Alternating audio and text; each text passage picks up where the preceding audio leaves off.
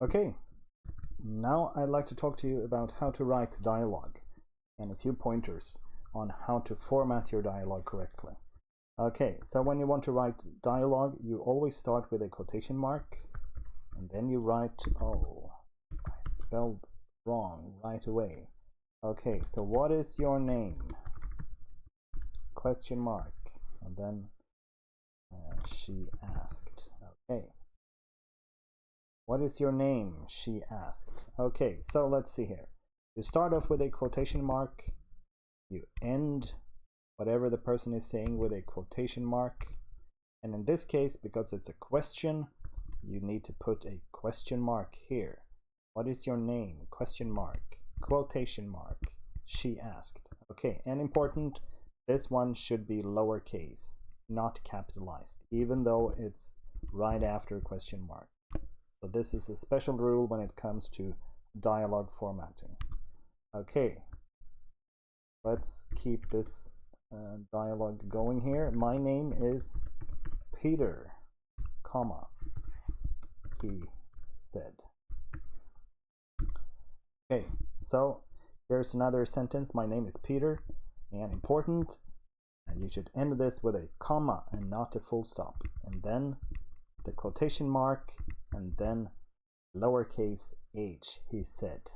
Okay, then if he continues talking, the same person, you can just keep this on the same line. What's your name? Right? What's your name? Okay, so as you can see, this is a person talking. My name is Peter, and then you add he said and a full stop, and then this person continues to talk. Okay, continues talking. What's your name? And then it's really unnecessary to say he said again. It's obvious because it's on the same line. We all already know that it's Peter talking. Okay, now she answers here, I'm Anne, exclamation mark, she said. Okay, the same rule applies. Lowercase s, even though there's an exclamation mark here. Okay, nice to meet you. Okay, nice to meet you, Anne.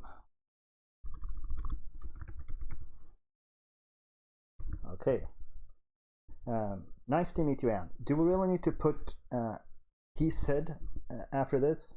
We could write a comma here and then say he said, but that is not really necessary because it's only two people talking, and we know this can't be Anne because he says nice to meet you, Anne.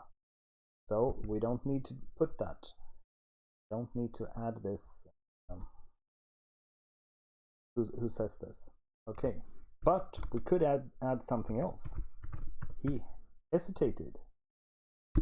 Okay, she looks so much like her sister. Okay, let's keep this going here. Do you like takeaway? Okay, and let's see if we can format this. So much like your sister, and I need to put this in italics here. Okay, there's a few things going on here. First of all, nice to meet you, Anne. Just a full stop, end of when you put a quotation mark here, and then it says he hesitated. So here's a description of what he does or how he reacts in this situation. Okay, and just by putting this here, there's no doubt that he's the one talking. Nice to meet you, Anne. He hesitated.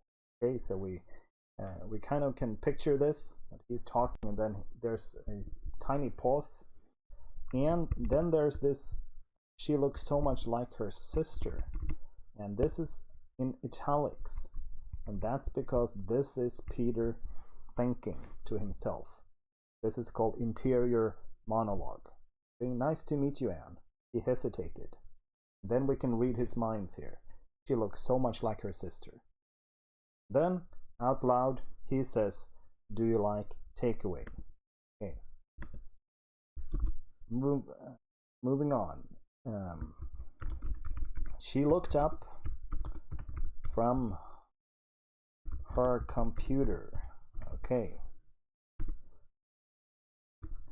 Why do you ask?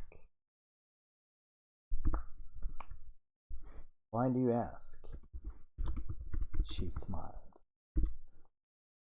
Okay, so she looked up from her computer.